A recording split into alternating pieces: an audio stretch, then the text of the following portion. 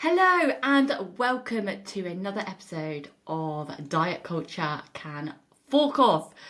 So today I'm going to talk about a little bit more about how we coach our Neurospicy clients, because a lot of my clients are ADHD or autistic or a mix of both. And over the years, I have not only developed my understanding, but I have developed the tools that we have inside in power to help. So I want to tell you a little bit more about how I started, how how I connect with my neurodivergent clients, and how we coach them, how I coach them, because I think that's really important. And because I've created such a non-judgmental and open space, I feel like this is why it has appealed to so many. Yes, I have a lot of neurodivergent clients, but we also help neurotypical as well, because I am not neurodivergent myself. However, I have experienced a lot of this, similar things, like fear of judgment, the people pleasing, the kind of not very good at social social groups and things like that, which I know our neurodivergent clients experience that on a much greater level. I'm not disputing that. I can't even speak now. I'm not disputing that whatsoever, and I'm not what's the word, putting making my experience saying it's the same, because of course it's not, but it's more for that I have an understanding, if that makes sense. So where it all happened. So I started coaching ADHD clients about 4 years ago, and it was when I was on the gym floor, because before I became an online coach, I was working on the gym floor. And I remember one client in particular that really stuck in my mind, because she was probably, we talked about it a lot. Not only did she have ADHD, but she had a child with autism as well. So we would talk about the struggles she had, what she faced, but not only her, but her son as well. And that was really my first true understanding of the struggles that neurodivergent people face. And I love how the human brain works, and I love hearing other people's stories and other people's experiences, and listening and understanding what other people go through, if that makes sense. So I think this is why we had such open conversations, which is also very hard to do on the gym floor, which is why I moved on to online coaching, because can help you more, can have open conversations a lot more off the gym floor. So the things that she faced was mainly for her, forgetting to eat or not knowing when to stop. She was chasing that dopamine. She struggled with, finding a routine for herself, breaking the cycles. And at this point, it was very new into my, I said, I was very new on my own PT, personal training experiences. I was pretty new. I've been coaching now for 4 years, so she was someone that I came across pretty early on in my career, and I didn't have the tools back then that I do now. But I think because she definitely started my interest, if that made sense. And actually, not long after that is when I met Alex. And when we first started dating, I didn't actually know he was autistic.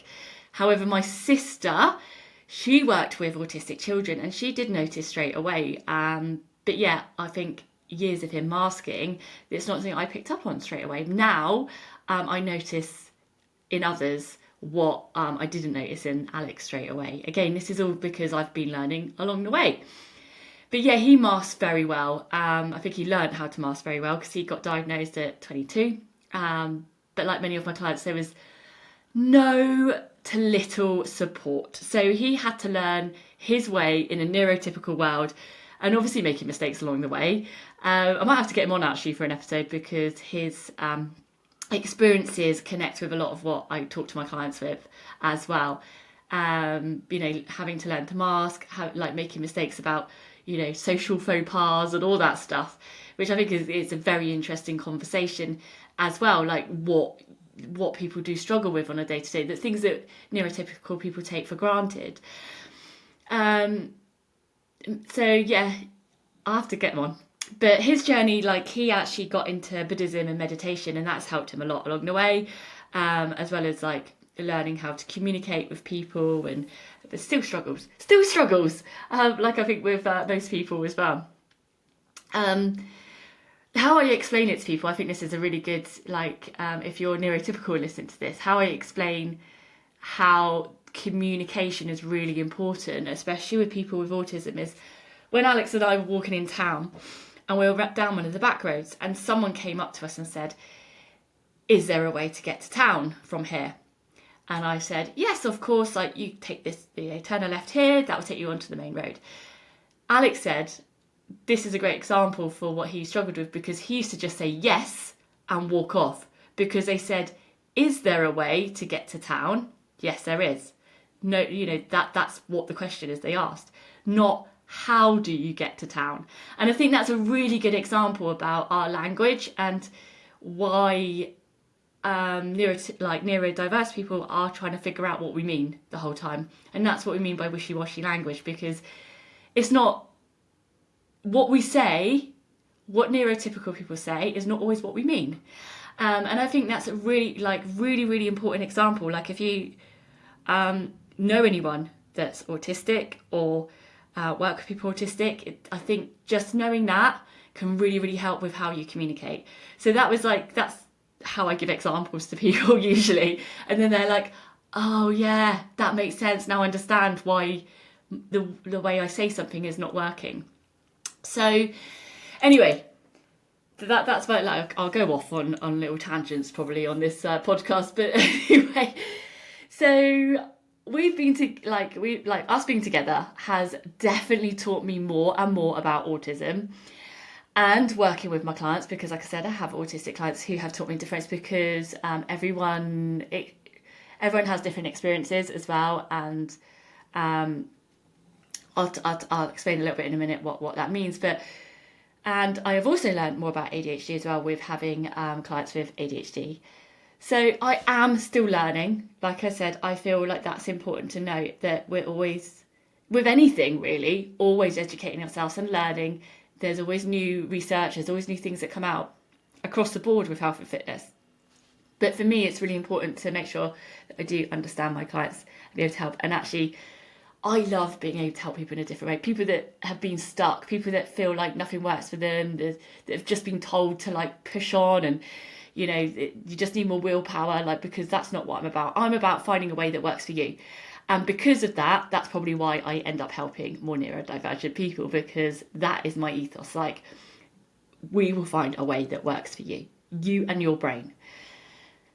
Like I said, I am not neurodivergent myself. However, I do love how, like, understanding the human brain and how it works.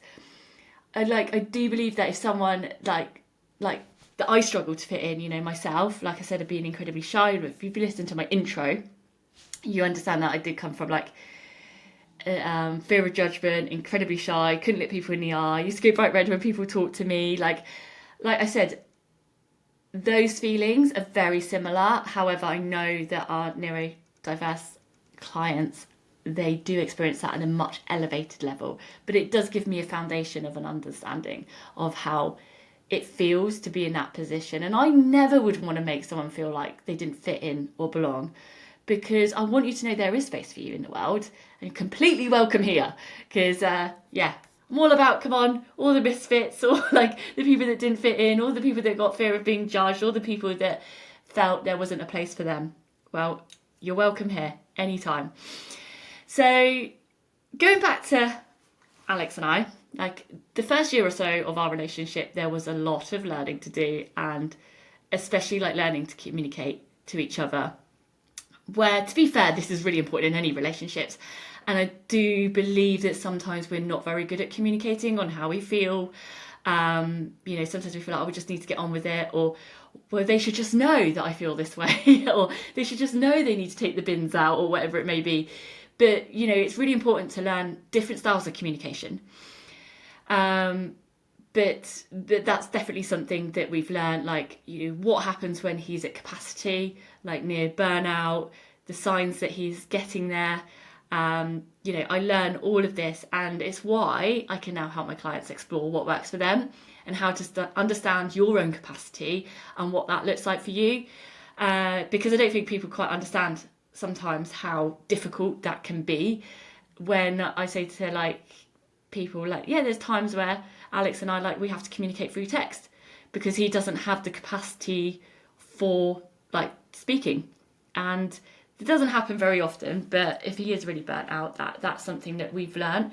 Written communication is easier for him rather than talking at times. But that's what I understand about my clients as well. Like, if they're like, I don't have the capacity to get on a phone call this week, I'm like, fine, like, I can send you a voice note. Do you need me to send you a message? What do you need from me? Because that's really important. It's like, you know, I'm able to adapt and change to suit you so you can get the most out of the help and support that you're getting. Like,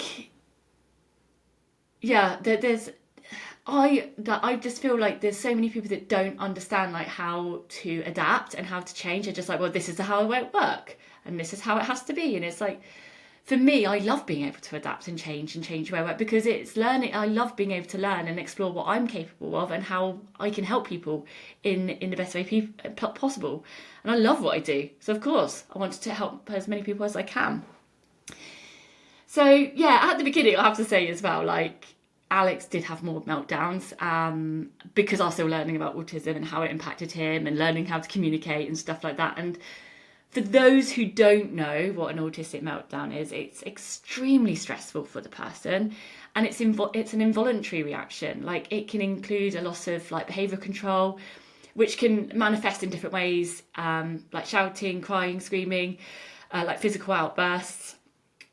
But it can also involve like intense like stimming, like hand flapping, rocking, like tapping your head. You may have seen this in autistic children as well, like especially because they're still like learning how to communicate. But I notice the signs as well, like, of this before it happens now. And for some people, like Alex, for example, he doesn't always know the build up and he doesn't know when it's happening. So actually what I've done with my clients is we talk about the signs leading up to that, because there often is.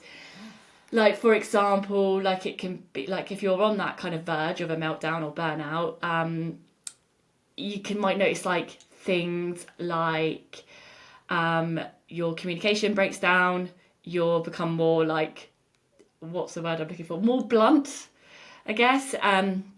It might be that you just lose tolerance to people. You're finding noise and light and things like that more intense.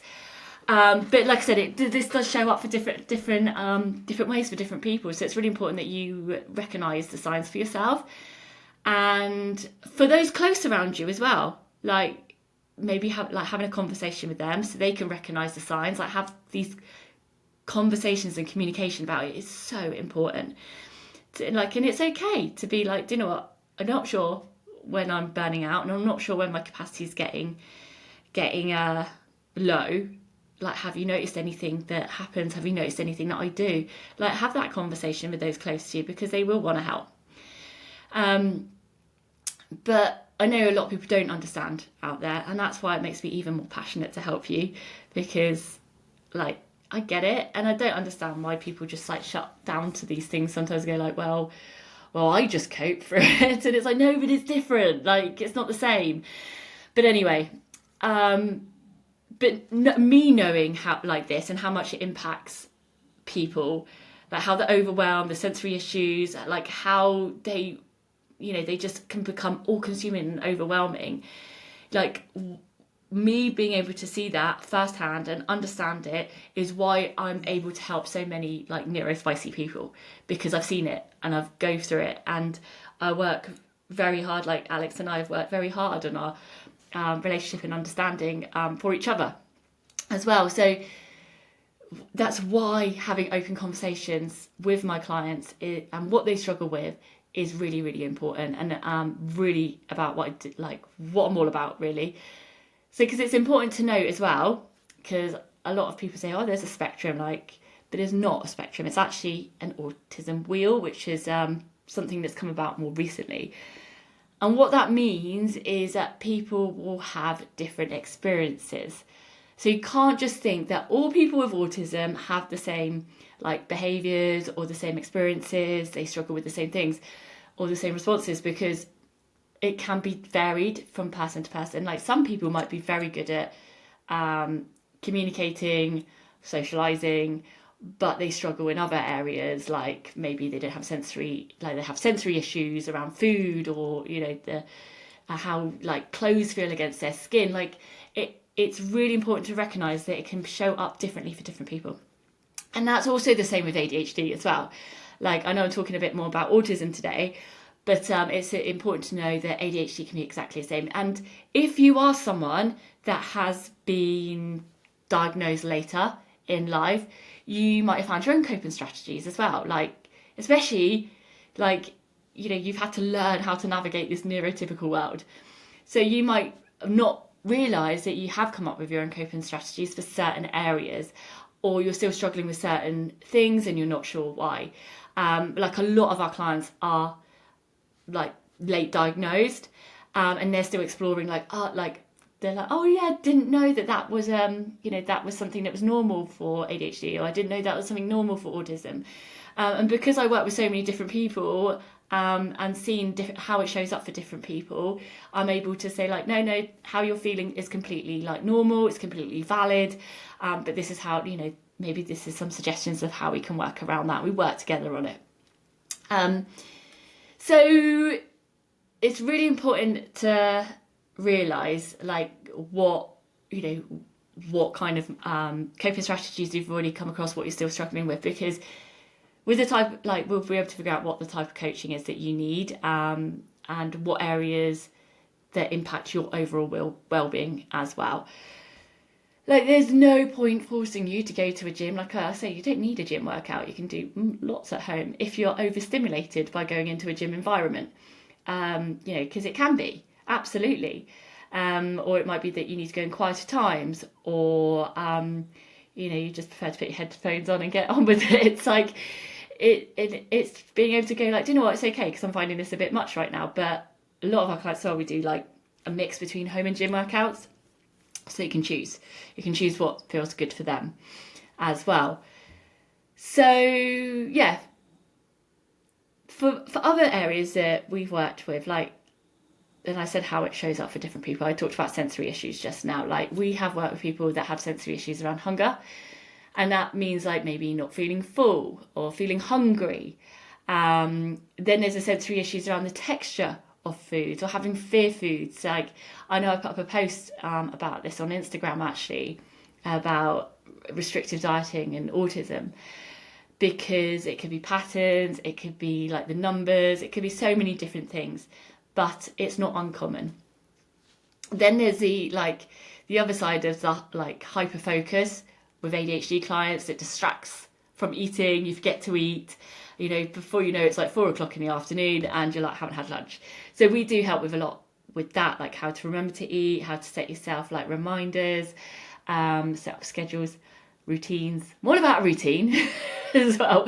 So, so we're not procrastinating and things like that as well. But I do believe, as much as some people hate it and they don't like to admit it, but routines work very well for a lot of people. And I know some people like want to rebel against the system and like, no, I don't want a routine, but it does work so well. But the way we do it, the way I teach, is very different. Like, being able to create flexible routines around holidays and weekends to help as well. So you don't just press the fuck it button and it all goes out the window, or you feel like you've just gone into a zombie mode all weekend and you're like, what did I even do? So like, these strategies can really, really help.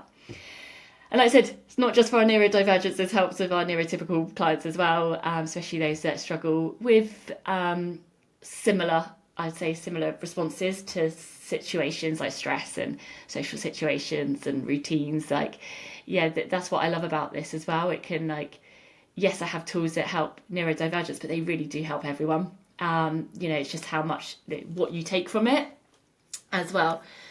So yes, so sensory issues, and like I mentioned about the restrictive diets and stuff like that. And like I said, the research shows that autistic people are more likely to develop restrictive eating habits, and having safe foods, like the familiarity and the textures, all that sensory aspect as well. There's also the obsessive behaviour side of that as well, with the numbers, the patterns, and that familiarity again. And I'm someone that did have obsessive behaviours around stuff. I got very obsessed with tracking everything and exercise when I was in my 20s. But that's why I've developed this amazing program, because like I want to help people step away from those obsessive behaviours, and you are able to do it. Absolutely. You just have to change the focus. But anyway, you can totally learn how to break these patterns, how to introduce new foods, how to drop the obsessive behaviours, but it's being able to do it in a way that feels safe, in an environment that feels safe, which is so, so important. And that's like why I say, again, I'm very proud to have been able to create a very safe and non-judgmental space, because, like I said, I felt judged throughout a lot of my life, and I don't ever want anyone to feel like that. And I love that some of the feedback I get is when clients go like, I could just be open with you, I can tell you anything, and there's never any judgment. Like, I was like, of course not. I'm here to help. Like, I'm not here to tell you off. I'm here to work out why that thing happened, or why you struggled with that area. Like, explore it with you.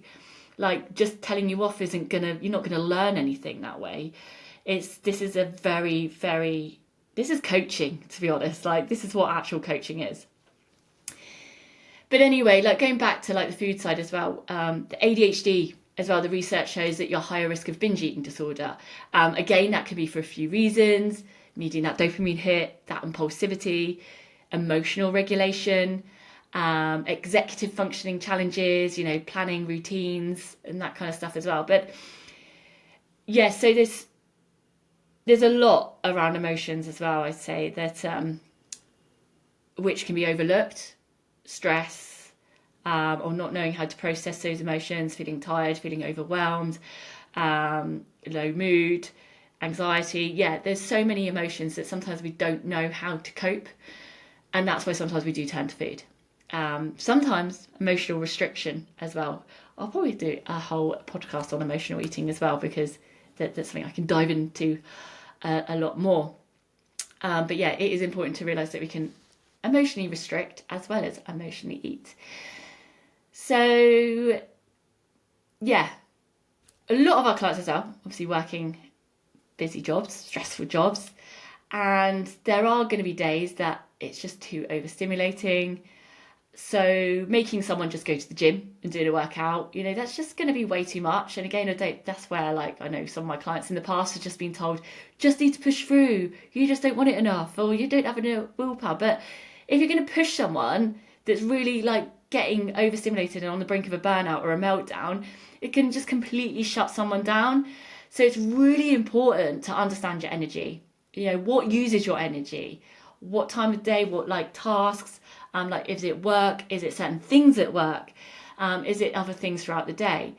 Like, we talk about spoon theory quite a lot, and I think it's absolutely great. We do things around like anchor points during the day, looking at like where your energy is higher and lower throughout the week. So lots and lots of tools around that.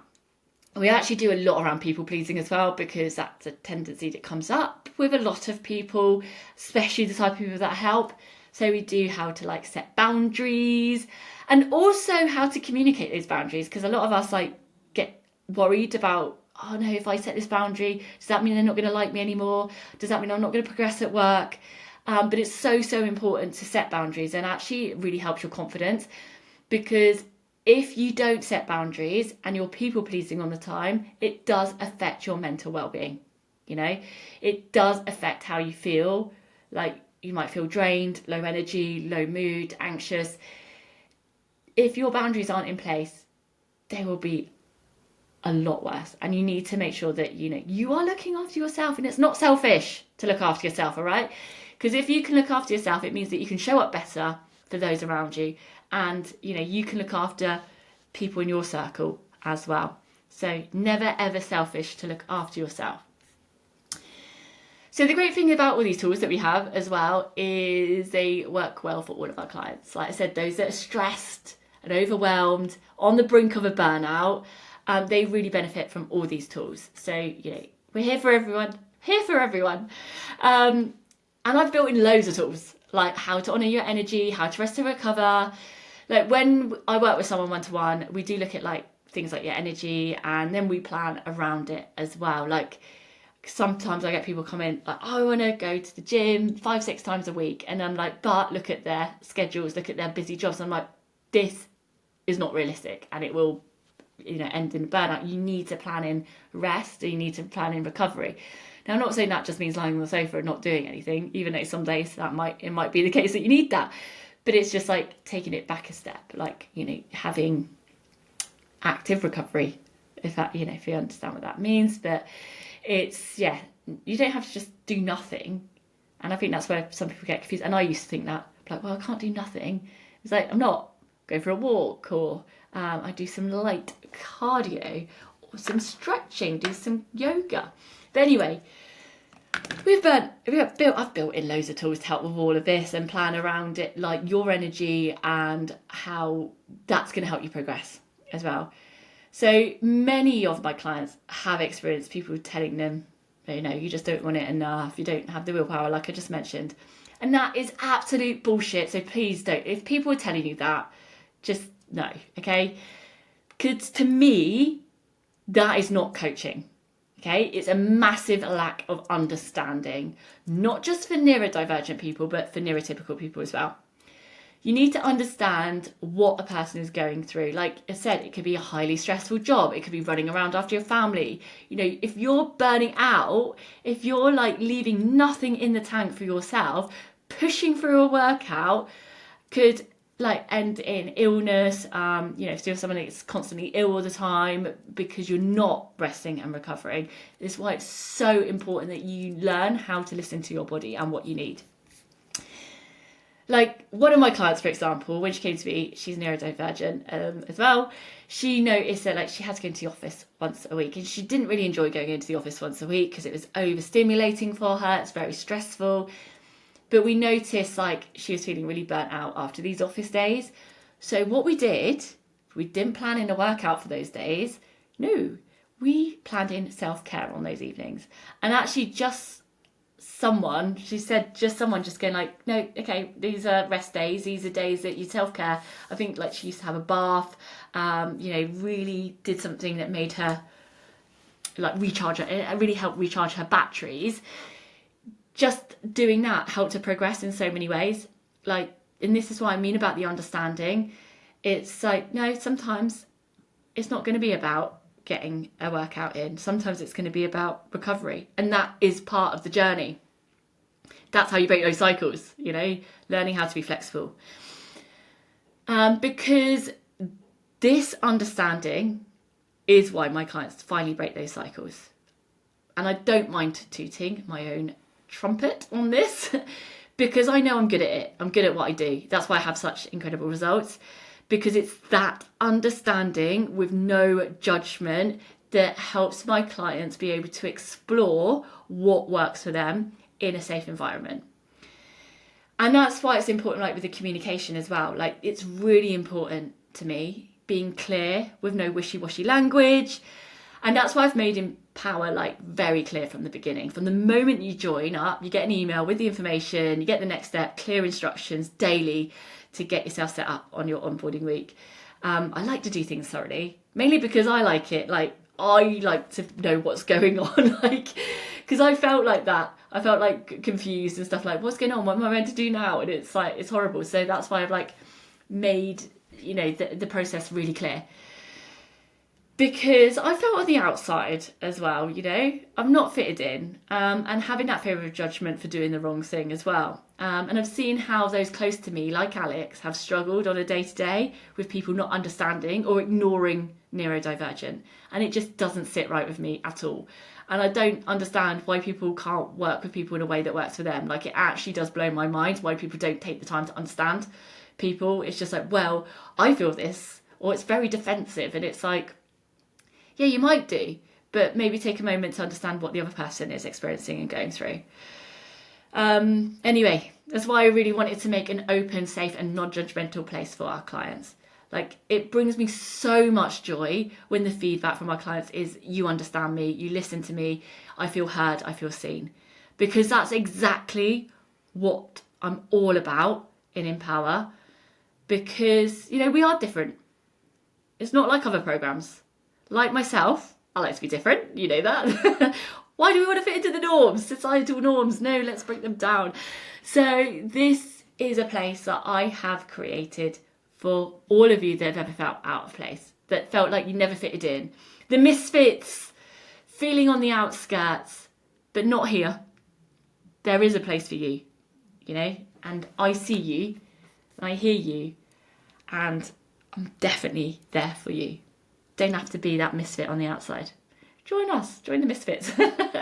Anyway, if you are ready for some coaching with a coach that gets you and understands you and sees you and can find a way to work with you and your brain, then reach out on the links below, as I'd love to talk to you about our unique one-to-one coaching. So we have spots available now, and I cannot wait to help even more of you, because I'm passionate about passionate about finding a way that works for you, so you don't have to feel alone. All right, thank you for listening, and I will speak to you very soon.